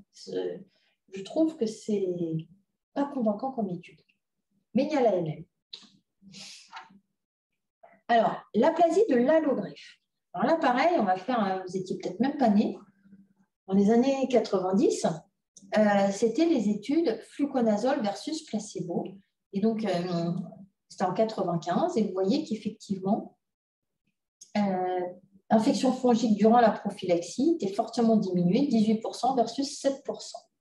Et donc, Kierenmar a repris ces mêmes patients 8 ans plus tard et elle montrait qu'il y avait un bénéfice sur la survie 8 ans plus tard chez les patients qui avaient eu du fluconazole. Bon, alors, il y a peut-être des facteurs confondants, hein, mais bon, après, on peut imaginer qu'il y a un effet sur le... C'est pas le microbiote, mais comment on dit quand c'est le fongibiote, on pourrait imaginer des choses comme ça. Bon, bref, en tout cas, le fluconazole est devenu le gold standard. L'itraconazole, pareil, a été essayé de faire ses études, mais à chaque fois, donc ITRA versus fluco. En fait, c'est tellement toxique. Le problème, c'est que, vous voyez, ils arrêtaient tous avant. Médiane de prise 89 jours versus 120 jours dans l'autre bras. Un tiers d'arrêt précoce pour intolérance digestive. Donc, pas de place pour l'ITRA. De toute façon, vous ne connaissiez même pas cet antifongique, parce que vous ne l'utiliserez jamais. Le VORI, le VORI a essayé de faire ses études. Il y a eu VORI versus fluco. Il n'y avait pas de différence sur la survie sans infection fongique à J180. Et ça, c'était le critère de jugement principal, 75 versus 78%. Et pas non plus à 1 an. Et pas de différence du nombre d'infections fongiques. En tout cas, ce n'était pas statistiquement significatif. Il y avait une tendance, 7% versus 11%, mais ce n'était pas significatif. Donc, ils ont échoué à montrer un intérêt. Ils se sont mesurés à l'ITRA en se disant, là, on va être malin. On va faire, vous voyez, c'était juste après, 2011. On dit, zut, on a échoué contre le fluco. Donc, on va prendre un autre critère de jugement principal. On va prendre un critère qui associe l'efficacité, donc survie sans infection fongique à J180, avec la tolérance. Puisqu'on prend l'itraconazole et que l'itraconazole, c'est super mal toléré, là, on met les chances de notre côté. Et là, du coup, ils ont réussi à démontrer. Donc, 48% d'atteinte du critère de jugement principal pour le VORI versus 33% dans le bras itraconazole. Il n'y avait pas de différence sur le côté efficacité. L'incidence était la même, 1,3 versus 2,1. Pas de différence sur la survie, 81,80. En fait, la différence a été sur la tolérance. Et c'est d'ailleurs pour ça qu'ils avaient designé comme ça. Puisque la durée médiane de traitement, c'était 96 jours pour le VORI versus 68 jours pour l'itraconazole. On peut dire que 68 jours d'itraconazole font aussi bien que 96 jours de VORI. Mais bon, du coup, ils ont fait des études et donc ils ont eu l'AMM dans les allogreffes à haut risque. comme les études n'étaient pas convaincantes, ils n'ont pas supplanté le fluco dans toutes les indications. Je vais vous remontrer le tableau avec les... Je crois que c'est la dia d'après. Non, c'est après. C'est encore une dia d'après. Le POSA, il n'y a pas eu d'études au cours de l'aplasie post-allogreffe et l'isavuconazole non plus. La MICA, ils ont toujours essayé de faire leurs études aussi. Donc, ils se sont comparés au fluco. Le critère de jugement principal, c'était l'absence d'infection fongique à la fin du traitement ou 4 semaines après. Et vous voyez qu'ils ont atteint leur critère de jugement principal. Même si, en fait, le problème, c'est que vous avez une population qui, finalement, n'est pas à risque d'infection fongique. Vous voyez, 2,4% dans le bras fluconazole. Ce n'est pas une population qui nécessite vraiment une prophylaxie. Et en fait, c'est parce que vous aviez la moitié, 46%, qui étaient des autogreffes. Donc voilà, ils ont fait une étude, mais donc ils ont une AMM, mais non, ils n'ont pas l'AMM dans la... Non, pardon, j'ai jamais dit. Ils ont fait une étude, mais elle n'a pas d'intérêt puisque ce n'était pas une population sélectionnée. Là, micafungine, c'est celle-là, micafungine versus itraconazole dans l'aplasie. Critère de jugement principal, c'est le succès thérapeutique. Pas d'infection fongique, toujours le même, prouvé probable pendant le traitement ou 4 semaines après. Et donc, vous voyez que la non-infériorité est démontrée, de la borne est à 10%. Il y avait une meilleure tolérance. Et donc, suite à la fois à cette étude un peu foireuse, mais qui existe, et à cette étude, et ils ont l'AMM dans l'aplasie post-allogreffe. Allogreffe et GVH, maintenant, l'autre période à risque. Ne vous inquiétez pas, je vais vous mettre un tableau récapitulatif. Mais c'est pour que vous compreniez et pourquoi les molécules. C'est important parce que vous allez dire, bah oui, mais il y a l'AMM et tout. Mais c'est pour vous montrer les études, ce qu'on peut leur critiquer et tout pour mieux comprendre. Et après, vous aurez un tableau. Donc, POSA, dans la prophylaxie au cours de la GVH traitée. Donc, ça ne veut pas dire la petite GVH de gradin, c'est la GVH qui a des corticoïdes. POSA versus fluco, critère de jugement principal, incidence des infections fongiques, AJ112. Et donc, critère de jugement principal, ça fait tomber de 9 à 5% et ce n'est pas complètement significatif. Mais c'est significatif pour l'aspergillose. Et donc, du coup, même si le critère de jugement principal est un échec, il y a une tendance et c'était significatif sur l'aspergillose, donc ils ont eu l'AMM en prophylaxie au cours de la GVH. Voilà le tableau dont je vous parlais, qui date un peu, mais je vous ai mis des recommandations plus fréquentes, plus récentes. Après. Donc, ça c'est pour les allogreffes.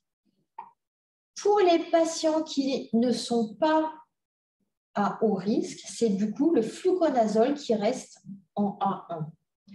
Pour les patients qui sont à haut risque, typiquement les greffes plastiques, voilà, c'est principalement ça, ou alors ceux qui ont besoin d'une prophylaxie secondaire, mais ça c'est encore autre. Là, A3 contre, parce que là, du coup, le fluco, ça n'a pas marché, et du coup, c'est des recos de 2013, donc du coup, ils ont mis le VORI, parce que c'est lui qui avait les études, ils ont mis le POSA que en B2 parce qu'il n'y avait pas d'études. C'est clair? Et pour la GVH, ils ont mis le POSA en A1. Donc, en gros, les allogreffes pour l'aplasie, soit il y a un risque, c'était VORI, soit pas particulièrement au risque fluco, et pour la GVH, POSA. Alors maintenant, il y a des recos de 2021 qui, du coup, ont dit autogreffe et allogreffe de faible risque, fluco, eux, ils ont mis la MICA à cause des études qu'on a vues. Les allogreffes de haut risque, eux, ils ont mis POSA ou VORI.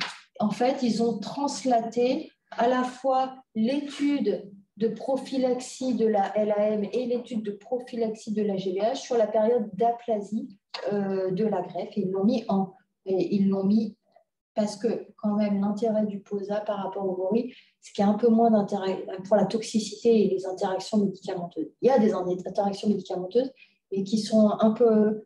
Le VORI, il y en a encore plus. Enfin, encore plus forte, en tout cas. Et pour la toxicité hépatique, notamment le VORI, ce n'est pas toujours facile. Donc, c'est pour ça qu'ils ont mis le POSA, au même titre que... Et pour la GVH, là, le POSA. Et puis, bien sûr, les mesures environnementales. Alors, chez un patient sous POSA, en fait, il faut savoir que les recommandations, c'est de ne pas screener le galactomanane. C'est-à-dire quoi screener? Ça veut dire faire des galactomananes à titre systématique, 2 fois par semaine, par exemple. Pourquoi? Parce que du coup, il va y avoir une mauvaise valeur prédictive positive. Pourquoi? Parce que, en fait, la valeur prédictive positive, elle va dépendre de ce qu'on appelle la probabilité pré-test, c'est-à-dire la prévalence dans la population et les variables du test. Donc, si la prévalence dans la population est très faible, en fait, ben, du coup, la valeur prédictive, ça va jouer sur la valeur prédictive positive et elle sera faible. En revanche, si vous avez une suspicion d'aspergillose, là, il y aura une prévalence dans votre population qui est plus importante et donc votre valeur prédictive positive sera importante. En résumé, ça veut dire quoi? C'est-à-dire pas de screening systématique 2 fois par semaine si vous faites une prophylaxie par POSA, ça n'a pas tellement. Au pire, c'est pas grave, vous la faites et ça n'a pas beaucoup d'intérêt, mais bon, ça ne va pas tuer le malade, mais bon, ça n'a pas tellement d'intérêt. En revanche, si vous avez une suspicion clinique, ben là, vous faites votre galactomanane. Et bon, c'est dose dépendante. C'était démontré que plus vous êtes concentré en POSA dans le sang, plus ça diminue la valeur du galactomanane. Alors, ça pour vous dire que non seulement il n'y a pas d'étude pour l'isobuconazole, mais en plus, il y a une étude qui montrait un gros bémol. Il y en a même d'autres, mais bon, je crois que je vous ai enlevé les autres parce que celle-là, c'était la plus jolie. Alors attention, la dia est un peu compliquée, donc écoutez-moi. En gros, c'est un centre qui a changé ses procédures prophylactiques. De 2010 à 2016, il faisait POSA pour les inductions conso LAM et les allogreffes. Et puis en 2016, ils se sont dit, on va changer nos procédures, on va mettre de l'isavuconazole pour les LAM en rechute et réfractaire et pour les allogreffes. Et puis on va mettre du VORI pour les LAM de nouveau. Donc, je ne sais pas trop pourquoi ils ont fait ça, mais, mais ils l'ont fait. Et donc là, ils ont regardé, et puis ils se sont dit, mais zut, en fait, ils ont eu plein d'aspergillose, enfin plein d'infections fongiques. 145 patients sur 197 cycles de patients qui étaient sous isabuconazole. Ils ont dit, aïe, aïe, aïe, on va peut-être regarder de plus près. Et c'était 7 aspergilloses, 2 mucor, 2 fusarium, un candida glabrata. C'était principalement chez les patients LAI. Et donc là, ils se sont dit, zut, on va comparer par rapport aux périodes antérieures où on utilisait notre POSA et notre VORI. Et donc, ils regardent prophylaxie par isabuconazole, 10% d'IFI, mais 6,8% d'aspergillose. Alors que sous POSA, c'était 4,1% d'IFI, 1,3% d'aspergillose, et sous VORI, ils avaient eu 1,1% d'IFI, puis 0 aspergillose. Là, ils se sont dit, aïe, aïe, aïe, on va rechanger nos procédures. Et donc, depuis octobre 2017, ils ont enlevé l'isabuconazole de leur procédure. Ils ont remis POSA pour LAM en rechute réfractaire et allo. Et je ne sais pas pourquoi ils ont mis VORI pour les LAM des nouveaux. Donc voilà, pour vous dire que non seulement ils n'ont pas fait d'études prospectives publiées, mais qu'en plus, il y a quand même... Et en fait, il y en a d'autres que je ne vous ai pas montrés. Et pareil, il y a quand même des taux importants. Donc, l'isabuconazole en prophylaxie, moi, je dis non. Alors, qu'est-ce qu'il y a dans les pipelines? Il y a la résafongine qui est en cours d'étude. C'est une nouvelle échinocandine qui a l'intérêt d'être retard, c'est-à-dire c'est 1 fois par semaine. C'est IV, mais c'est 1 fois par semaine. Et c'est actif sur Candida aspergillus, mais également Pneumocystis. Et donc, nous, on participe à une étude qui est encore en cours d'inclusion, où en fait, ils randomisent la résafongine versus prophylaxie par fluco puis Bactrim. Ça remplacerait à la fois le fluco et le Bactrim. Donc, je ne peux pas vous donner les résultats. Et puis, l'avenir, c'est probablement aussi les prophylaxies ciblées. Nous, on participe à une étude qui s'appelle PTX3-AML. PTX3, je vous en avais parlé, c'est un pattern PRP Recognition. Je n'arrive plus à retrouver le signe. Enfin, bon, ça favorise l'opsonisation de l'aspergillus, la phagocytose d'aspergillus. Et donc, ce polymorphisme est un facteur de risque d'aspergillus. Et en fait, c'est une étude pour les inductions de LAM ils randomisent POSA versus Fluco et ils stratifient après sur le polymorphisme de PTX3. Et donc, l'idée, parce que le problème, c'est que de faire des prophylaxies trop larges, en fait, on risque de sélectionner aussi des résistances. Et donc, l'avenir, c'est d'essayer de cibler mieux les populations à risque et de ne pas dire toute induction de LAM, mais peut-être dire... D'ailleurs, nous, on ne le fait pas pour les inductions de LAM, mais bon, ça, c'est encore une autre histoire. Je vous montre les études. Prophylaxie LAL, risque fongique moindre par rapport au LAM. Pas d'azoléa, hein. Interaction avec la vincristine et rajouté avec l'endoxan. Et du coup, il y avait une étude sur l'amphotericine B liposomale en prophylaxie qui a été un échec. Ce n'est pas efficace. Donc, éventuellement, si vraiment vous voulez faire une prophylaxie, il y a la nicafrangine. Après, il ne faut quand même pas non plus énormément d'infections fongiques. Donc, les indications pour les antifilamenteux, LAM en induction POSA, allogreffe pendant l'aplasie si risque élevé, Bori puis maintenant POSA dans les nouvelles recommandations américaines et phase de GVH POSA, autogreffe, pas d'indication de prophylaxie antifilamenteuse. Alors, il faut savoir qu'en plus, quand vous introduisez une prophylaxie, vous allez modifier l'écologie. Donc ça, c'est les Suisses qui ont regardé ça. Ils ont regardé les patients qui avaient une prophylaxie et qui faisaient une infection fongique sous prophylaxie. Et ils ont trouvé, en gros, que sous prophylaxie, vous avez une augmentation des infections fongiques non aspergillaires et parmi les aspergillus, une augmentation des non-fumigatus. Donc, il faut s'attendre à partir du moment où on fait une prophylaxie, où on va forcément modifier les infections fongiques qui vont survenir. Donc, les avantages de la prophylaxie, ça permet de diminuer le nombre d'infections fongiques, ça améliore la survie dans les LAM au cours de la GBH. Les inconvénients, les interactions, la toxicité, la sélection de résistance. Alternative, il existe des prophylaxies non médicamenteuses. Le flux, c'est déjà une sorte de prophylaxie également. Mais il y a aussi d'autres stratégies de traitement précoces, empiriques et préemptifs qu'on va voir là dans les diapos qui suivent. Et puis, les alternatives, c'est des prophylaxies ciblées, comme je vous ai dit, sur des patients à risque parmi les populations à risque. Alors, j'ai essayé de vous faire en une dia le traitement empirique et en une dia le traitement préemptif. Le traitement empirique, c'est quoi? C'est initiation d'un traitement antifongique sur une fièvre persistante ou récurrente sous antibiothérapie large spectre. En fait, ça a été développé dans les années 80, où les moyens diagnostiques n'étaient pas les mêmes que maintenant. Le galactomanane, ça n'existait pas. L'accès au scanner, il n'était pas comme maintenant. Et le diagnostic, il était souvent fait à l'autopsie carrément. Donc, en fait, ils se sont dit, est-ce qu'on ne pourrait pas trouver un moyen de faire que les patients ils arrêtent de mourir d'infections fongiques? En fait, dans les années 80, ils s'est trouvé que c'était une période où on avait commencé à mieux gérer les infections bactériennes de l'aplasie. Et donc, finalement, ils avaient le temps de mourir de champignons. Voilà. Donc, c'est dans les années 80 qu'on a pris conscience du problème fongique. Et donc, il y a eu deux études, Pizzo, et puis après l'étude de RTC, qui était sur le Pizzo, c'était quelques malades. Puis maintenant, il y a eu une méta-analyse qui montrait également qu'il y avait une diminution des infections fongiques, mais pas la mortalité. Par contre, pour l'étude randomisée au RTC, il y avait une diminution de la mortalité.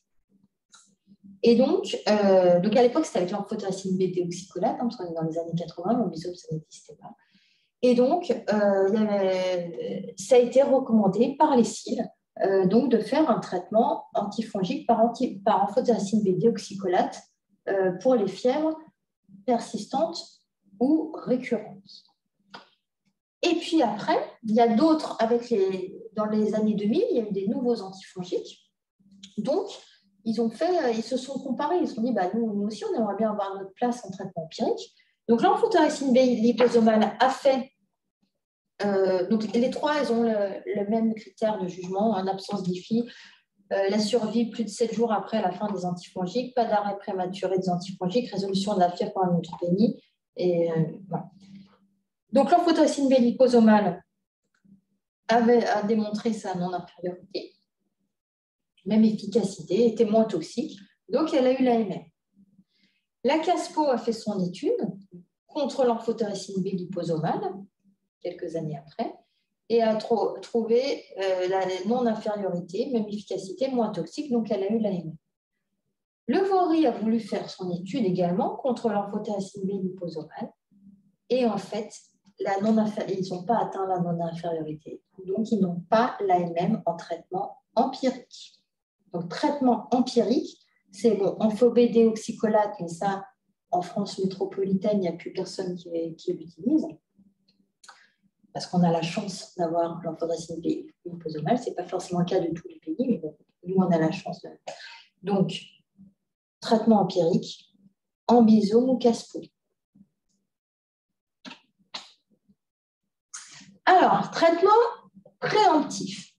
L'objectif, c'est on se dit, bon, en fait, on traite quand même beaucoup de patients avec les traitements empiriques. Est-ce qu'on ne pourrait pas essayer maintenant parce que c'était dans les années 80, maintenant on a fait quand même des progrès, on a le galactomanane, on a des scanners. Est-ce qu'on ne pourrait pas essayer de faire plus intelligent pour diminuer notre consommation d'antifongiques? Donc, il y a eu une première étude en 2005 de faisabilité qui montrait, bon, à l'époque, dans l'étude de faisabilité, lui, il faisait le galactomanane tous les jours. Bon, ça a montré que ça permettait de réduire de 70% d'indication des antifongiques sans surmortalité. Donc, il y a eu une première étude, l'étude Prévert.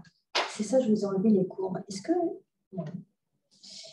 Qui était randomisée de non-infériorité au cours des inductions et consos de LAN et les allogreffes. Et les autogreffes, pardon, pas les allogreffes, et les autogreffes.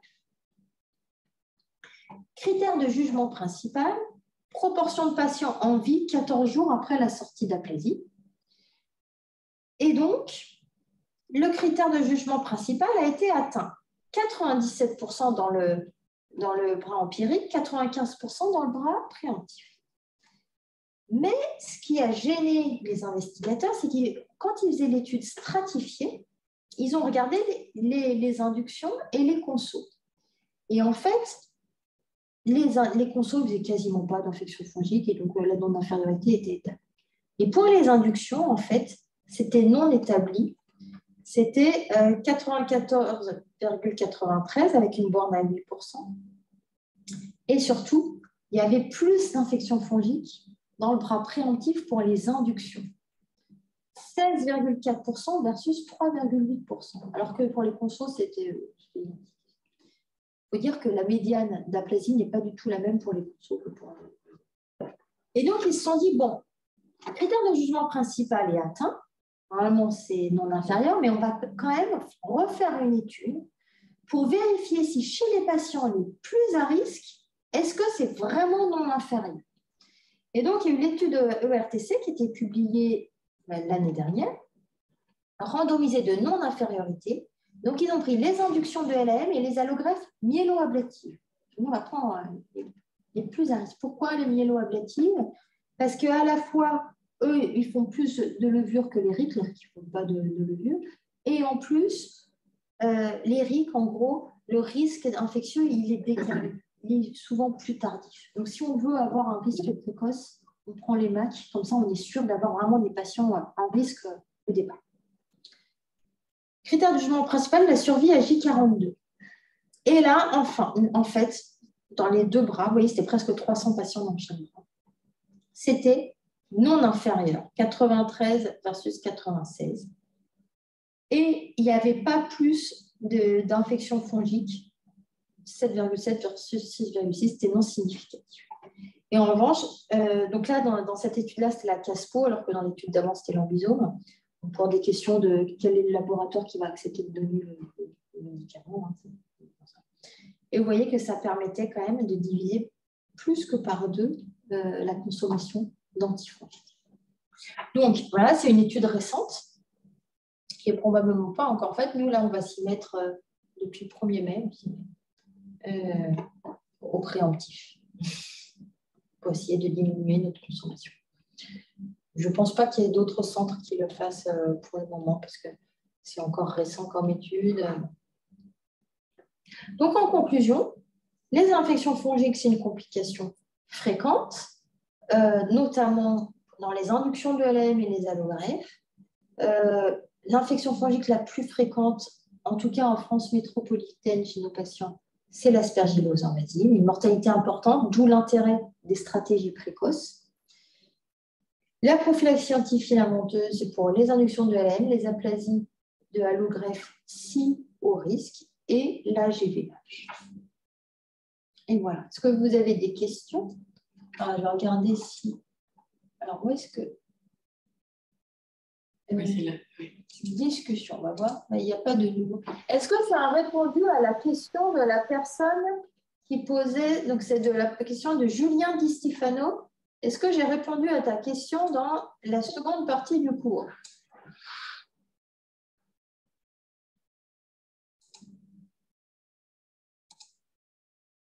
Il n'est peut-être plus là. Il est là, Julien. Ah bah, il n'est plus là. Ah, il n'a pas entendu la réponse. Il n'a pas attendu la réponse à sa question. Hein? Il s'est vexé. Il s'est vexé? Moi, j'avais une question de... Oui. Donc, par exemple, chez un patient qui a un syndrome néodysplasique avec une neutropénie un peu chronique, on ne laisse pas sous posaconazole. Je sais qu'il y a des centres qui le font, mais normalement, ce n'est pas recommandé. Et les myélodysplasies, ils font moins Ils font pas... Ils n'en font pas. Ouais, ils en font moins. Okay. Mais en fait, en pratique, parce qu'en fait, on associe, c'est par exemple, on va faire une prophylaxie et après, si par exemple, ils font de la fièvre sous posaconazole, on peut ensuite choisir de faire un traitement préventif. Alors, il y a beaucoup de centres qui associent les stratégies, ce qui n'est pas forcément logique parce que si tu crois à ta prophylaxie par posa, tu dis que tu diminues à 2%, la stratégie empirique n'a pas tellement d'intérêt. Et la stratégie préemptive, en tout cas sur le galactomanane, ça va être compliqué parce que ton galactomanane va avoir une faible valeur prédictive positive. Donc en fait, ça serait guidé par le scanner, mais du coup, si tu as un scanner évocateur, en fait, finalement, tu seras rapidement dans un traitement curatif. Oui. Donc, en fait, c'est pas logique. En fait, c'est pas très logique. C'est vrai qu'en fait, il y a quand même des centres qui associent prophylaxie et empirique, même si finalement c'est dire que tu ne fais pas confiance à ta prophylaxie. Oui, c'est ça. Parce qu'un patient qui va continuer à faire de la fièvre au bout de plusieurs jours sous antibiotiques larges et posa. Est-ce qu'il y a vraiment un intérêt à mettre un traitement empirique? Je ne crois pas. Il y a un intérêt à essayer de documenter, faire un scanner pour vérifier, mais mettre systématiquement de l'ambisome, probablement pas. Il y a une dia que j'ai enlevée. Ah, peut-être que si je pars de... Je crois que je l'ai enlevée, je vous l'avais laissée. Je crois que je l'ai juste masquée. Voilà, je vais vous montrer ça. C'était... Oui, parce que bon, comme je ne voulais pas finir à 21h, je faisais masquer des paires qui peuvent servir de backup. Vous voyez, dans l'étude de Johan Martin, ça c'était l'étude de faisabilité du préemptif. Bon, eux, ils avaient énormément d'infections. L'étude de Corneli, c'est l'étude POSA versus Fluco dans les inductions de LAM. Et Cordonnier 2009, c'est l'étude Prévert, c'est empirique versus préemptif. Et vous voyez que finalement normalement, on n'a pas le droit de faire ça. On ne compare pas deux études. Mais vous voyez que finalement, le taux d'infection fongique était assez proche si vous regardez dans le groupe POSA ou dans un traitement empirique de LA. Donc, du coup, pour répondre à votre question, finalement, c'était des stratégies qui montraient un taux d'infection assez proche, je ne suis pas sûre, et faible. Est-ce qu'il y a un intérêt à les associer? De toute façon, il n'y a pas d'études pour bien regarder ça. Je pense que c'est plus la peur. En tout cas, nous, par exemple, on ne faisait pas les LAM des nouveaux. On a décidé de ne pas faire de POSA. Alors, bon, c'est juste pour votre culture générale, retenez pas ça. Les recos, c'est l'enfer. Nous, on a décidé de ne pas en faire parce qu'on n'avait pas un taux d'aspergillose très important. Enfin, de ne pas en faire quand on les mettait sous flux laminaire. Attention. Les patients hors flux laminaire, on leur en fait. Mais on disait que finalement, on n'avait pas un taux très important, que le pronostic des aspergilloses de la LAM, ce n'est pas le même que le pronostic des aspergilloses des greffés. Il est quand même meilleur. Et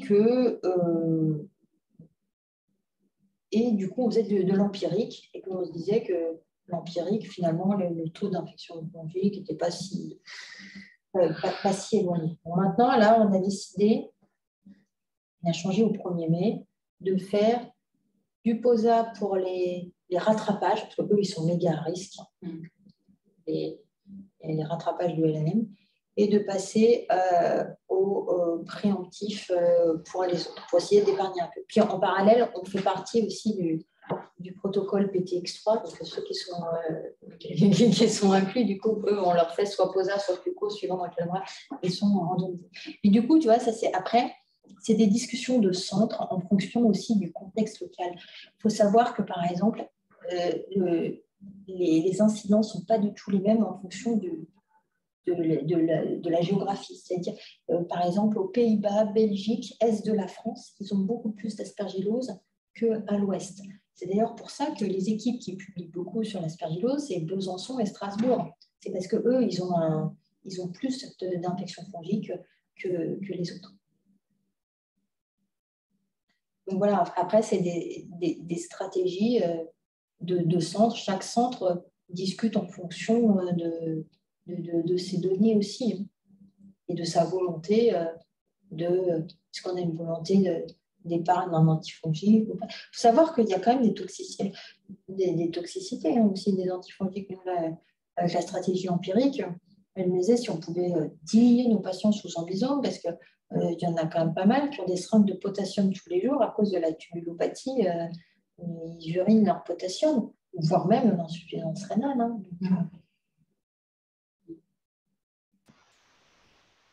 Bonjour, j'avais une question également, moi, par rapport au dosage de posaconazole. Quelles sont les indications et notamment à chaque fois on fait des dosages systématiques et de temps en temps ça arrive bas et on ne sait pas trop comment les prendre en charge. Est-ce qu'on refait des doses de charge ou est-ce qu'il y a des recommandations par rapport à ça? Non, il faut augmenter la posologie. Non, il n'y a pas vraiment de réelles recommandations. S'il est indosable, ça peut valoir le coup de refaire une dose de charge, mais maintenant, avec les formes tablettes, c'est quand même très rare. Et après, si c'est un contexte vraiment… les formes tablettes, déjà, normalement, même dans la majorité des GVH, ils sont quand même absorbés. Bon, maintenant, si c'est vraiment un cas où ce n'est pas du tout absorbé, après, c'est aussi passé en IV. Ça dépend du contexte. C'est-à-dire que le POSA, maintenant, pour qu'il ne soit pas bien dosé, il faut se poser la question de l'absorption aussi. Donc, tu sais dans quel contexte que vous avez des cas où c'est pas assez dosé? Généralement, j'ai eu en post-consolidation où on faisait rentrer le patient, il prenait à domicile. Et après, au retour pour l'aplasie post-conso, en hospitalisation, on faisait un dosage au moment où ils arrivent avant qu'ils prennent leur comprimé. Et là, ils étaient souvent bas. Bon, ceci dit, pour un post-consolidation, ce n'est pas grave parce que de toute façon, ils ne font pas d'aspergillose. Oui. Mais non, mais sinon, c'est curieux, c'est qu'ils ne le prenaient pas. Non? Le patient disait qu'il le prenait, mais je ne sais pas si avec l'alimentation, ça joue sur l'absorption ou C'était la forme sirop ou la forme comprimée? comprimé. Ouais, parce que autant à l'époque de la forme suspension buvable, là, on n'arrivait jamais à atteindre les objectifs. Maintenant, avec la forme comprimée, nous, ça arrive quasiment jamais. Donc, du coup, ça ne sert plus à rien de les doser, c'est ça? Non, alors, il y en a qui disent que ça ne sert à rien de les doser. Moi, je trouve que ça vaut quand même toujours le coup parce qu'il y a quand même des cas où c'est notamment les cas de malabsorption. Ouais. Mais je suis assez étonnée là, de cette remarque. C'est pas si fréquent, mais ça m'est déjà arrivé 2, 3 fois avec des patients lambda d'avoir des taux parfois dosables, mais en dessous de la valeur seuil déterminée par le laboratoire dans la marge prophylaxie. D'accord. Pour la prophylaxie, normalement, c'est 0,7 et pour le curatif, c'est 1. Ouais, D'accord. ça m'est déjà arrivé. Et ma deuxième question, c'est on avait dit que pas de screening bêta-galactomanane. Et est-ce qu'il y a un intérêt à toujours poursuivre les screenings antigénémie aspergillaire? Parce que c'est aussi on fait une fois par semaine. Et, C'est la même chose, l'antigénémie aspergillaire et le galactomanane. non, pas bêta-déglucane, pardon. Ah il n'y a jamais d'intérêt à faire du screening de bêta-glucane. D'accord, donc on n'en fait jamais non plus. Parce que nous, on faisait les deux bêta-déglucane et antigénémie aspergillaire systématique. Ah oui? Ouais. Et on voyait, enfin, c'était quasiment toujours négatif. Alors après, je dois t'avouer que nous, on a tendance à le faire quand même, le screening de galactomanane, même si je t'ai montré que ça ne servait à rien, parce que la valeur prédictive positive est faible. Mais probablement pour se rassurer, on a tendance à le faire quand même. Mais je ne suis pas choquée, tu vois. Mais c'est juste pour te dire, c'est pour vous montrer qu'en fait, on pourrait ne pas le faire. D'ailleurs, c'est recommandé de ne pas le faire. Et si on a une vraie suspicion, on le fait plusieurs jours de suite, donc même si c'est négatif. Oui, non, pas forcément plusieurs jours de suite, non. Mais par contre, il faut savoir le refaire éventuellement quelques jours après, si vraiment tu y crois et que tu n'as pas réussi à en trouver, à avoir un galactomanane positif. Mais pas plusieurs jours de suite. Ça n'a pas d'intérêt de le faire le jeudi et le vendredi, par exemple. Et si tu le fais le jeudi, que tu dis, bah, zut, quand même, j'y crois, mon aspergillose, ça vaut le coup de le refaire le lundi d'après, par exemple. Ouais. D'accord, super, merci. Et du coup, il n'est pas là. Comment il s'appelle? Julien Di Stefano? Non. On va sur l'adresse. On va aller chez lui. Bon, est-ce que vous avez encore des questions? Regarde.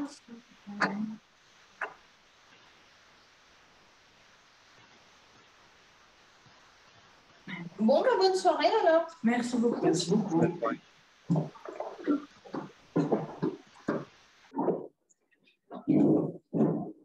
Merci. Léa, bonsoir.